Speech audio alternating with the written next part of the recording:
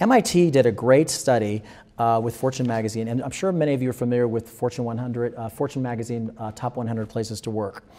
And MIT did this very interesting study which basically looked at companies that were on this list for the last 7 years, and that they compared them to companies that the profiles of the companies were exactly the same.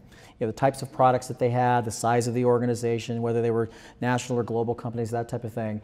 And the main difference was, did they kind of end up on this list, assuming that companies that end up in this list have highly engaged workforces, highly engaged employees, and they compared to the ones that didn't.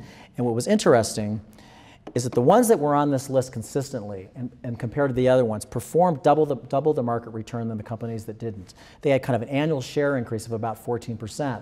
Now think about what's going on with the stock market today. This is, when you look at some companies thinking about possibly pulling back from these efforts as they tighten costs down, thinking about maybe not investing these types of things in their employees, which are really their greatest assets.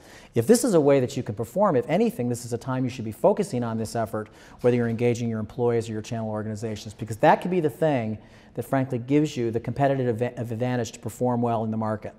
So it's a really, really important thing, and I think particularly in this time, it's not the time to pull back, it's the time to invest and the time to use that asset that you have in your different organizations to do this. What's interesting about this study is that when MIT saw this, and they looked kind of at what had happened over the 7-year period, they actually went all the way back to when Fortune magazine started this study, which was in 1984, and they saw that same thing. So it was a very consistent metrics that came with that. Very, very interesting stuff.